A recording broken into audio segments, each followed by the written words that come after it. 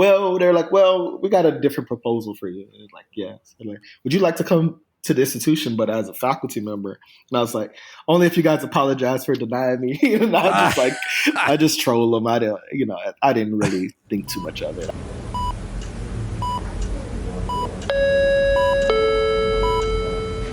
Paging Dr. Cook. Paging Dr. Cook. Dr. Cook, you're wanted in the OR. Dr. Cook, you're wanted in the OR.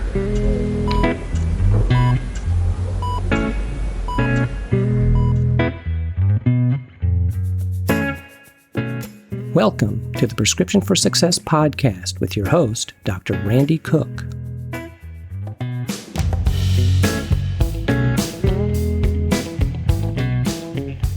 Hello, everyone, and welcome to Prescription for Success. I'm Dr. Randy Cook, your host for the podcast, which is a production of MD Coaches, providing leadership and executive coaching for physicians by physicians to overcome burnout, transition your career, develop as a leader, or whatever your goal might be. Visit MD Coaches on the web at mymdcoaches.com because you're not in this alone. And don't forget that CME credit is available when you listen with us. Just look for CMFI in the show notes to learn how. My guest today is a clinical assistant professor of orthopedic surgery, specializing in foot and ankle disorders at the University of Michigan Medical School, and a recent appointee to the executive board of the Save a Leg, Save a Life Foundation. So here's my conversation with Dr. Alton Johnson. Really looking forward to my conversation today with Dr. Alton Johnson. Although he may not know this, I share a passion for wound care, which is something that he's very interested in. So, Alton, first of all, let me say thank you so much for being here with us today. It's really an honor to have you on Prescriptions for Success, so thanks for coming. No, thank you for having me. I'm very excited to be on here. Always been a longtime fan of the podcast. Oh, have you really? Yeah. So I've been listening to it every once in a while. Once it first started. So it's pretty cool. And it's great. Well, I'm honored. You have a great radio voice. So it's I pretty really cool. appreciate you being a part of the fan base. Well, then, Alton, what we like to start with is the origin story. So tell me a little bit about your early life, where you grew up, and what your family life was like. Yes. So I grew up in a single family household initially before my parents had got a divorce. So I was born in Baton Rouge, Louisiana. So I'm a Southern boy by trade. Yeah, you are. Yeah, even though now I'm in the Midwest, but we'll get into that. But yeah, so I grew up in Baton Rouge, Louisiana. Born in Baton Rouge, Louisiana. Grew up in Houston, Texas. So my parents got a divorce maybe when I was around about 3 or 4 years old. My mom wanted change. So right around first grade, when I finished my pre-K and kindergarten, she decided she wanted to move to the big city of Houston, Texas in the early 90s. So that's where it all started. That is a big city. Yeah. So we moved to Houston, Texas, she and I. She went to get her apartment first, and she got everything situated. I was with my grandparents while she did that. She had everything set up for me to start my school year in the first grade. And I think we had one piece of furniture, or two pieces of furniture. I had a bed, which we shared at the time, and we had a couch. And so we made it happen. Yeah, so we made it happen. And the rest kind of becomes history when we could get into those details as well. But So I started primary school there, was pretty much did most of my education out in Houston, Texas when it came to, primary and middle school. Yeah. And I ended up picking up some instruments. Decided I wanted to do woodwind instruments, so I picked up a flute and started. So you're a musician? Yeah, a little bit to a start. Flute, clarinet, some saxophone on there, and then I decided to pick up a passion for baseball. So I played baseball out in high school, and she put up with me during those times. And eventually, she actually did end up getting remarried right before I started high school. So she had her own life started as well when I was starting to get my own adulthood started. Right when high school started. And that's kind of how it was. So it's been most of my childhood in Houston, Texas, but was originally born in Baton Rouge, Louisiana. During those early years, did it ever occur to you that you might have a professional life in medicine, or was it something that came along later? Let my mom tell it every time I had a job talk or something, like if I would see the garbage man dropping off garbage cans, I wanted to be a garbage man, or things like that. But I would say it didn't become really hard, for me when I was in high school, because I did like the, they call it the International Baccalaureate program and AP classes. So I got more exposure and started interacting more in the hospital aspect and hang out with candy stripers. I wasn't really with the candy stripers, which I don't know if the newer generation knows, but it's like essentially the hospital volunteers, which I know you know what they call it. But yeah, so like the hospital volunteers. But really, that to answer that question, it came on a field trip that I went on when I knew like, okay, medicine was going to be it and I was going to take it serious. I was in my junior year. This biology teacher, one of our advanced biology teachers, was like, guys, we're going to the Texas Heart Institute. You guys are going to see an open heart surgery. And then yeah, like the ones that you see on TV where you get into the observation tower and everything. So go get excited. Like, Mom, I think, like I'm ready to go to like see this stuff and go and do it and see what's going on. So eventually we get to the field trip, and it's more than an open heart surgery. Now that I know more about surgery, it was an aortic replacement, which is a lot more. Yeah. So they're basically, replacing this gentleman's aorta. Operation. Yeah, and that they had probably started. I think we got there around probably about 10 a.m. And they probably had started at 6 o'clock that morning. So they're like 4 or 5 hours in the procedure by the time we got there. And I get in and we in the observation tower and we're just watching like a theater, like the old school, theaters where you just watch the surgeon do their thing.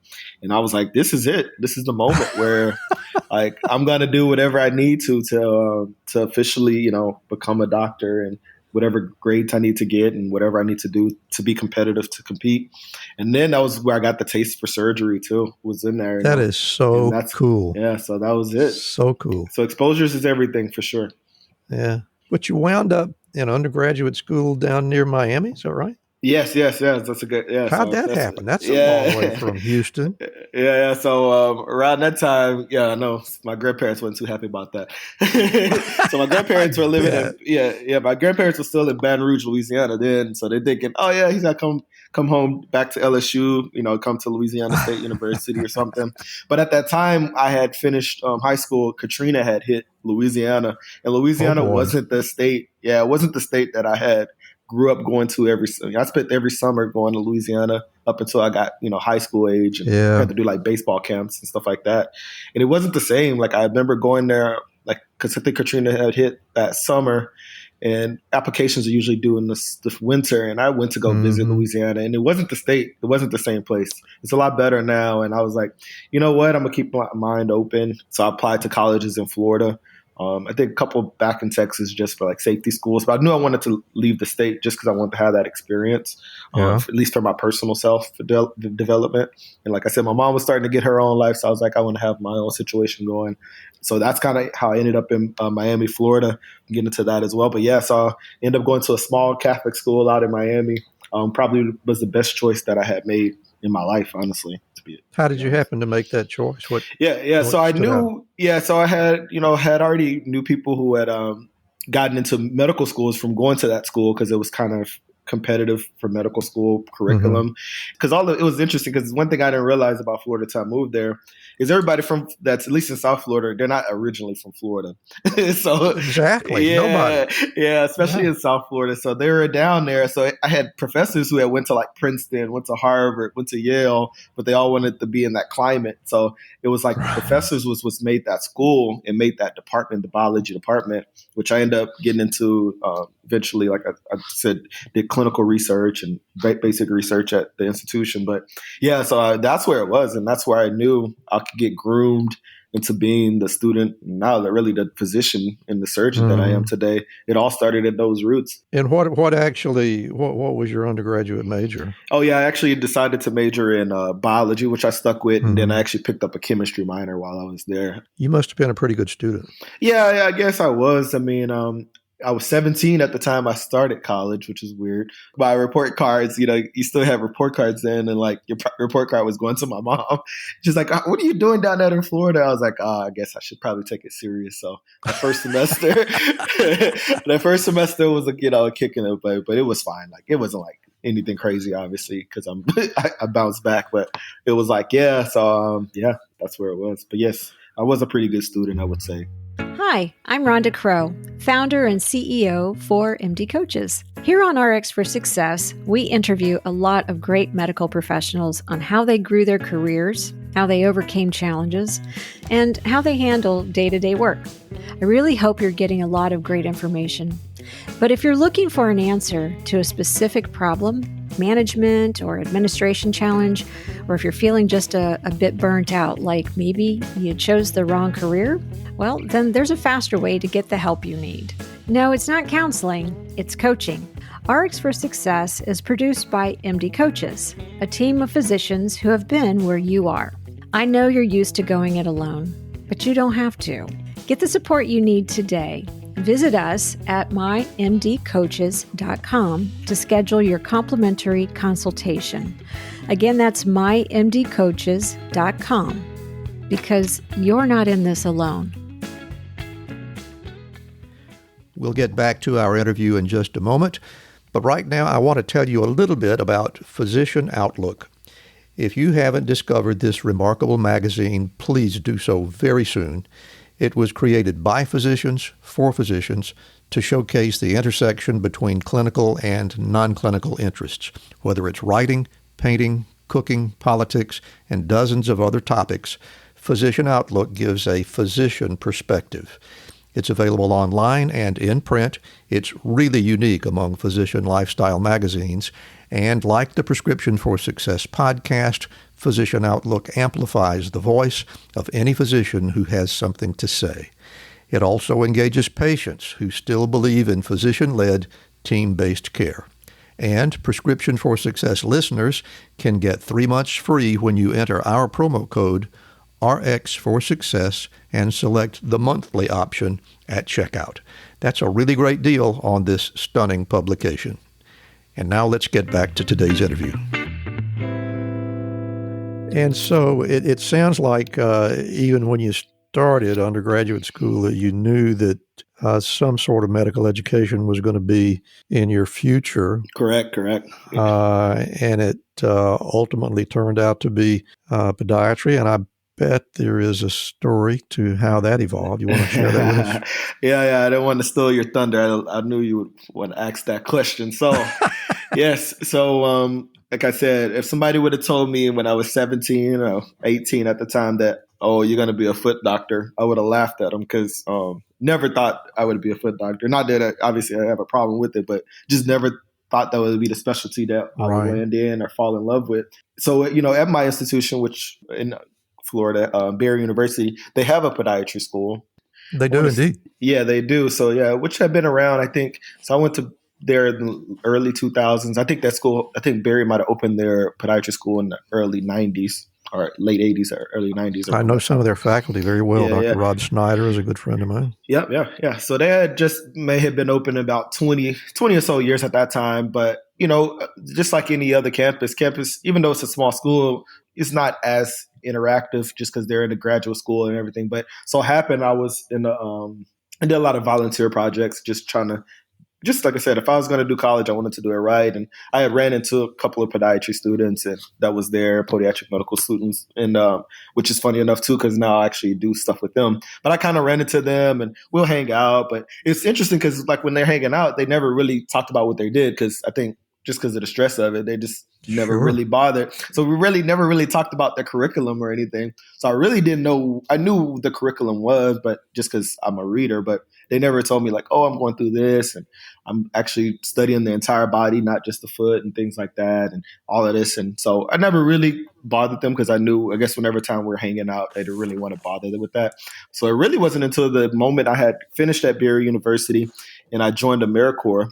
And I actually got an assignment back into my hometown in Baton Rouge, Louisiana. So, because at that time, my grandmother had passed away, and my grandfather was living alone. And I was like, you know what? I want to spend some time with him and kind of get him to know him. He had recently got diagnosed with COPD and prostate cancer. So I was like, I know his time is going to expire soon. He ain't going to be here forever.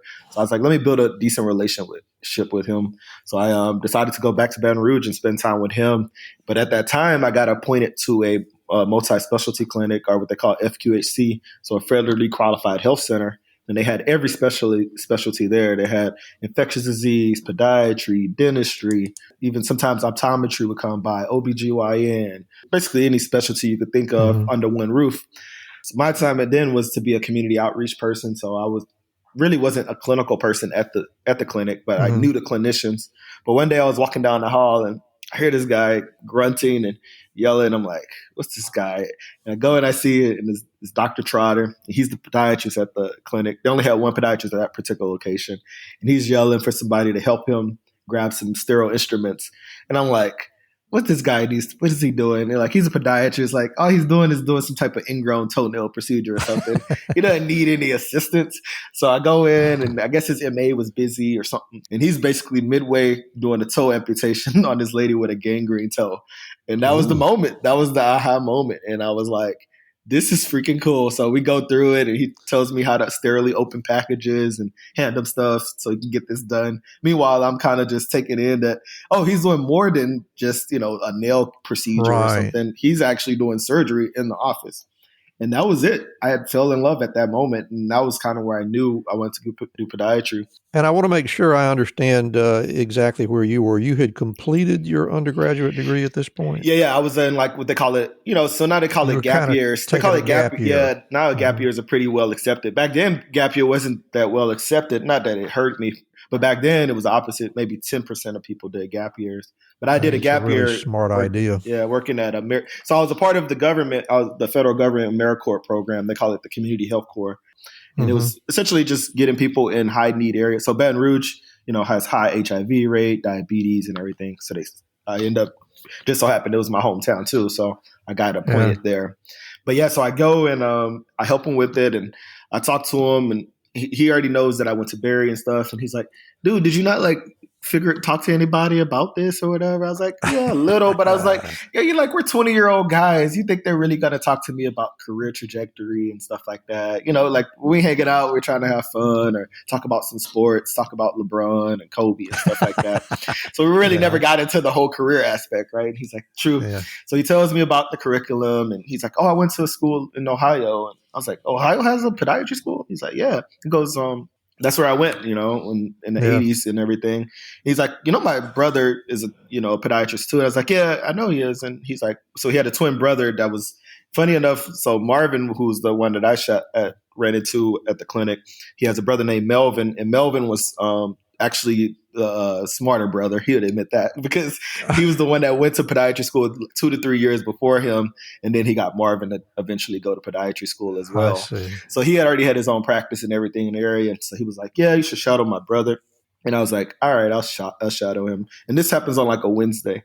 And so I hit up his brother on a Thursday night-ish, and I call him and I'm like, Dr. Trotter, your brother told me that, you're in private practice and have a little bit more surgical cases going on and stuff.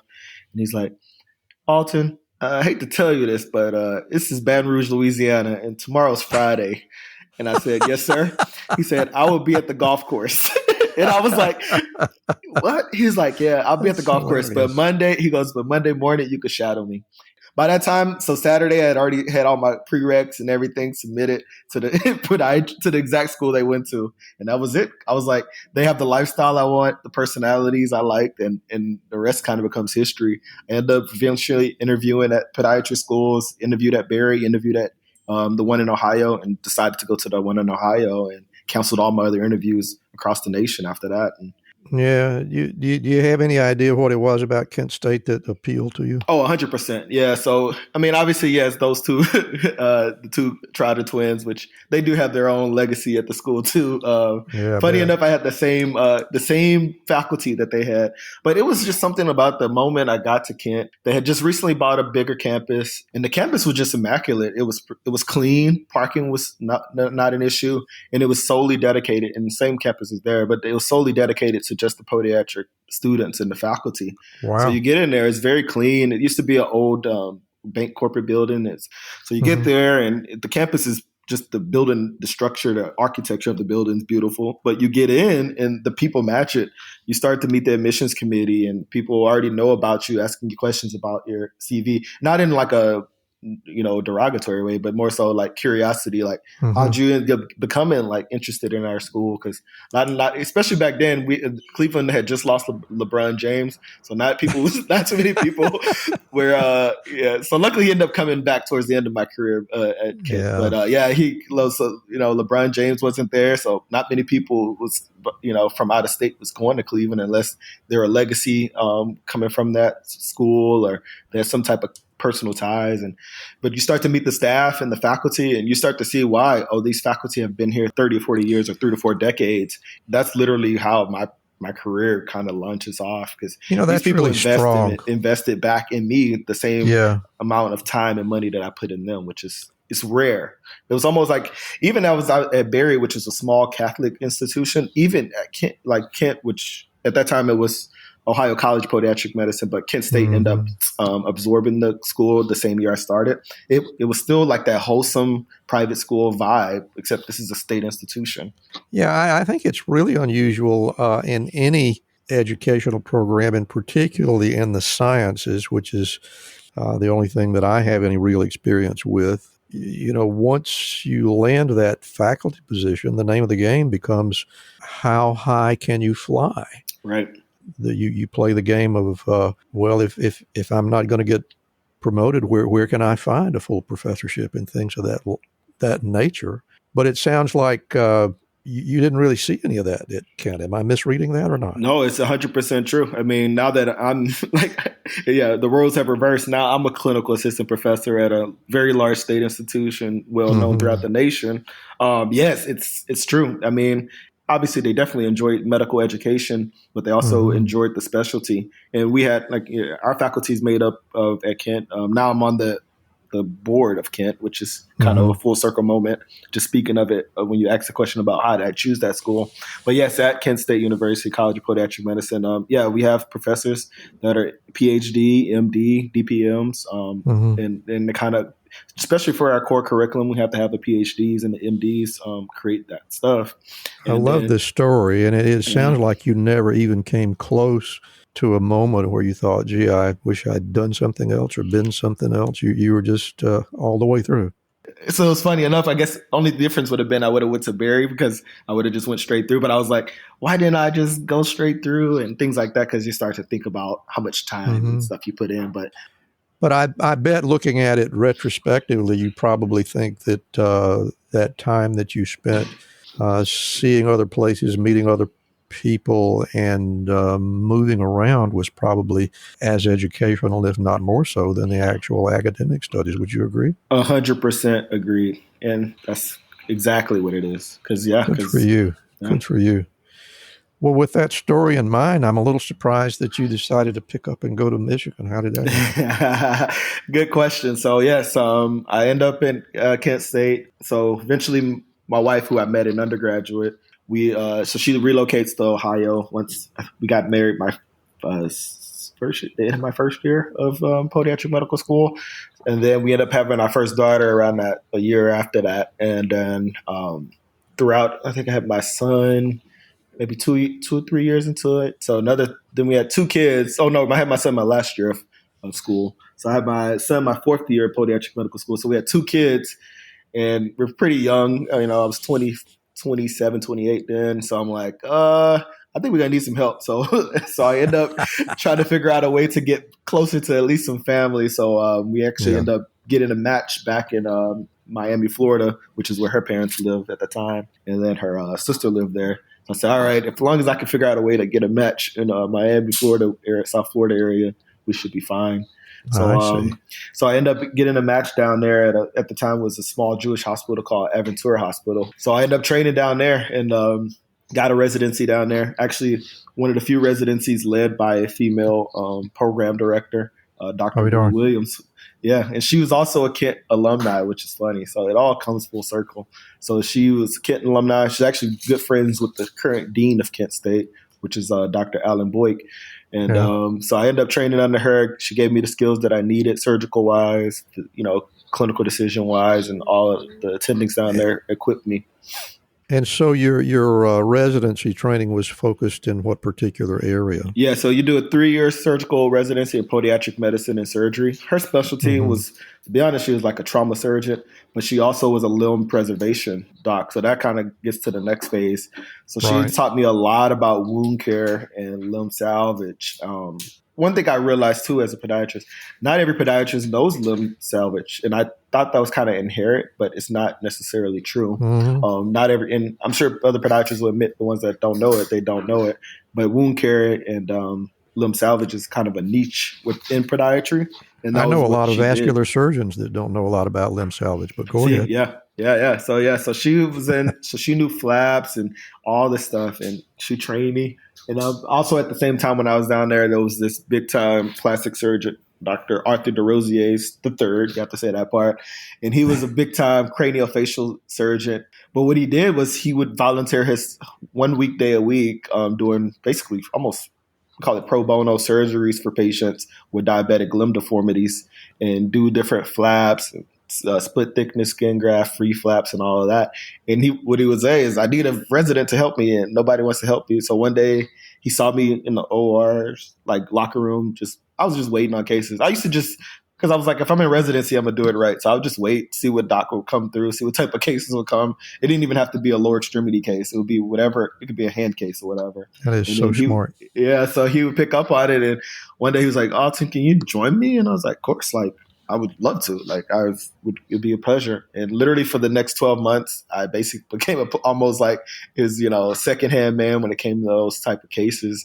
And I learned so many different things when it came to wounds and flaps and skin care and plastics. And that's where I fell in love with wound care and limb salvage. And I realized I could do this and I could actually I enjoyed it. It brought a different perspective for me when it came to podiatric medicine and surgery. Because it was like, I knew this real world existed, but I didn't realize it was almost like this was a totally different world than I had been exposed to, even as a student in podiatric medicine and surgery. And that's where I decided to apply to a fellowship in wound care and end up actually getting a fellowship at the University of Pennsylvania as well. So I ended up going there, accepting there. And you mentioned about the Michigan. So funny enough, I did apply to the University of Michigan's fellowship and actually got denied.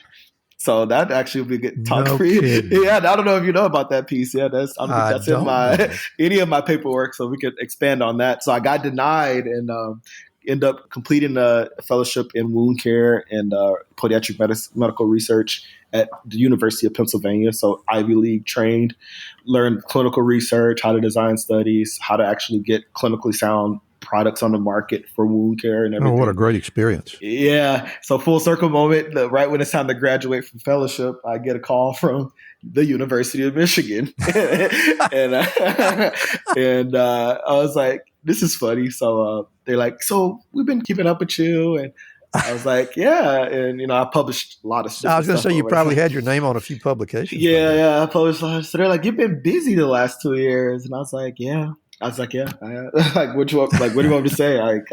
You guys made your decision and it was fine. And they're like, well, we got a different proposal for you. And it's like, yeah. So like, would you like to come to the institution, but as a faculty member? And I was like, only if you guys apologize for denying me. And I just troll them. I didn't really think too much of it. Like you said, it goes back to what you said, where all the experiences are the experiences, right? You can't really buy those experiences or regret any of them. So we eventually work it out, and they recruit me to the internal medicine department under the umbrella of endocrinology and diabetes podiatry at the institution. So I joined 6 other podiatrists, surgical podiatrists at the institution. So they were looking for somebody with a particular interest in limb preservation? Is that where this preservation? Yep, exactly. Yeah. So limb preservation and wound care. Part of the deal was I wouldn't do it unless I had a dedicated wound care day. Yeah. That ended up working up into almost 2 days, but yes. And that was like part of it. It was like, I wanted to do the wound care and have the patients that need my skill set, right? Because I wanted to serve that. Like I said, I had that unique experience in residency, then actually decided to do a fellowship. And fellowship is obviously elective, so that lets you know how much passion I have for it. It is amazingly rewarding, is it not, this phenomenon of limb preservation, which I have to tell you, and I understand that I'm a very, very old man, but in the early days of my practice, it was just not considered. If there was no perfusion, it was over, and the limb was amputated, and that was that.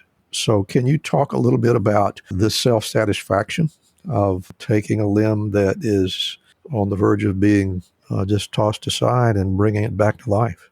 Every patient with the limb issue that trying to preserve their limb has their own subset of situations, whether it's a social, a mental health situation or financial situation. Everyone has a different subset of issues that you have to address to get this done. Like I tell patients, I could probably save every limb that walks through, but I can't tell you how long it would take me, or I can't tell you how much it would cost me to save them. I could get it done. It's definitely fulfilling. Like, it's weird. Like, I've only been out of residency less than 10 years, but I already have that satisfaction. Like, if someone were to take my skill set away from me, or a car accident or something to take, I would still be proud of the work that I've done, which is interesting. But I can tell that. Yeah, but it's interesting because I've been there and I've been in the distance and I've cried with the patients and I've lost limbs, but luckily I've saved more than I have. But it's like almost like a trauma surgeon where they know. And so I've been in those situations, but I've also been on the other side where these patients make their, walking on their own limbs with their grandkids and things like that. It's pretty cool. It's a great feeling. And your practice situation today, as I understand it, you are clinical faculty at University of Michigan. Is that right? And does that mean you also operate a private practice as well? Oddly enough, I was started at the University of Michigan in the internal medicine department in 2021. Just now, this month, after multiple negotiations over the last year, I transferred my skill set over to the orthopedic department because of what you mentioned. They're ready to get on board of saving limbs, as many as possible, versus amputation. So this has to be a university-led initiative, and I guess I'm the one that's on the forefront of that. But to address how my practice is set up, I'm an actual employee of the University of Michigan, actually part of the medical school. So my clinical appointments, clinical assistant professor at the medical school under the Department of Orthopaedic Surgery. So I have a private practice that's basically mostly second opinions and consults from around the state. Sometimes you get a couple Canadians around the country and nation. Yeah, Canadians as well. And basically just coming in for second opinions for limb preservation efforts as well. And then I have surgical days. So orthopedic was able to have more surgical time, and that's kind of why the university wanted this to move forward. So it's 2 surgical days a week, both at the hospital and at the surgery center, then the wound care center days as well. Then I have academic days where I get to do things like talk to you and catch up on other grants, proposals, and things like that. You're a pretty busy guy. Yeah. Well, that being the case, let me ask you how you felt that you had the time to devote to my old friend Desmond Bell and Save a Leg, Save a Life. Save a Leg, Save a Life Foundation. It's a great organization. Desmond, he was one of the pioneers of limb preservation in podiatry. I don't want to misquote him, but I'm pretty sure at some point of his clinical career, all he did was limb preservation, which is how I'm trying to basically tailor my career almost after his. For decades, all he did was limb preservation. Podiatrists we're known for doing our bunions and hammer toes and all of those other type of procedures, but limb preservation was all he did for a couple of decades, and that's why I'm trying to gear towards it. But yeah, he had approached me saying that they're going to reignite the SAL, and I was aboard. I was happy to be one of the doctors of podiatric medicine on the board to help reignite this. Now we have a new president, Frank Alvarez, because he was just a founding member. Desmond was at the time. But yeah, the main thing is basically be a fiduciary board and try to educate and empower the public about what's going on, and mainly try to supply supplies, finances to the patients that need to go through limb preservation efforts. Like I said, it's a very costly endeavor, unfortunately, and a lot of, depending on what insurance plans patients have or financial situations, can be costly. Some of these patients have to see me 2-3 times a week, unfortunately. Yeah, the public awareness is something that I think is profoundly lacking, and that's one of the things that SAL and other organizations are helping with, I think. And you hear a lot about the financial cost of limb preservation. But if I'm not mistaken, the cost to the medical system is actually greater if the limb is lost. Is that not your understanding? Yeah, so that's a loaded question. I like it because it's like, right, because I'm on the side where I want to keep it on, and I want to have them do whatever. If they need to see me every day of the week to save their limb, then insurance probably will say opposite, that I cost them more. But to answer that particular question, yes, complications from limb preservation efforts such as infection, bone infection, management, procedures become very costly to the healthcare system, which is why we're trying to get vascular centers, wound care centers to be more of the forefront of managing these efforts versus the actual hospital admission in the emergency department, because that can become very, very costly to all of us involved, because you're paying taxes for it, then you're paying your insurance plans too, your premiums to cover these patients. So that can become costly. And then, yes, to answer, yes, a actual amputation itself with the prosthetic, with the rehabilitation, can be at least a six-figure endeavor, right? And if that happens all the time, then that's why insurances are now willing to pay for these grafts and pay for hyperbaric oxygen, pay for vascular procedures to get this done, because we try to, and of course, complications from cardiac issues, from below knee amputations are AKAs as well. Well, one of the things that I think often gets overlooked, and I'm going to be interested to see if you agree or disagree with this, is that we tend to think that a relatively early amputation and fitting with a prosthesis seems to be a relatively finite and you would think relatively affordable method to deal with a limb that's imperiled. But I think what people don't factor in is the social cost when a person loses a limb and becomes practically unemployable, and the pressure that puts on social services and those safety nets that are really not in a good place to absorb that. So if you consider those things, it seems to me, and I just happen to be a little prejudiced, just like you are, that all-out warfare to save limbs is a good idea. If you consider those things, it seems to me that the balance sheet probably works out at least even. And I think it's unfair to say that it's more costly to save a limb than it is to do an amputation. Yeah, before I would say, that was the standard of care, where early amputation, depending on what's going on with the patient situation, and if their heart could even bear amputation, to try to get it done, get them on a prosthetic and call it a day. Yes, that is the case. But there's also been that battle where they say, people like me, Dr. Johnson's causing the patients to spend more money because they have to come get transportation to be seen. They have to get grafts put on. They have to get dressings. They have to get nursing care. And all of those do factor in too. So there's both sides of it. But at the end of the day, for me, what my endpoint is, it's quality of life, right? So you bet. Exactly. So if a patient tells me I'm causing their decrease in quality of life by all of this, and even after we get it healed, they say I've already lost my job and I've already lost that, then I will, tell them maybe we need to get the second opinion for amputation. Hopefully not a full limb amputation, but something we call, the transmetatarsal amputation, which I perform, or something like that can get them at least to some degree of mobility and less time in wound care. But that's not always the case. And yes, it's not always cut and dry. And I always tell, it's for me, if it was to go back to the beginning of the question, it's case by case basis. Some cases it may be fine for the patient. Some cases it may not be fine. And this could cause a lot of depression in the patient, whether it's chronic wound care or amputation. So you have to be very fine balanced and have to meet patient expectations and keep the care patient centered is how I've navigated these roads.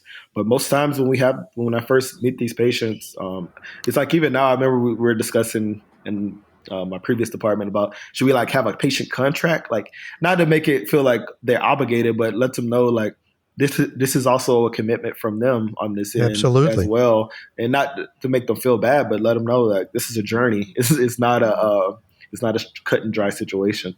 But yes, I always start to to the patient very early in the conversations that this is an alternative to amputation, and I'm trying to do my best to prevent it. I'll go to toe, I'll appeal to insurances, I'll do peer-to-peer reviews, I'll do whatever they need to get the products in hand to get them healed. And not just my patients with diabetes and PAD, patients with, acute car crash injuries and all of that stuff. They all battle it, right? They all battle it. It's kind of crazy how insurance companies view it sometimes.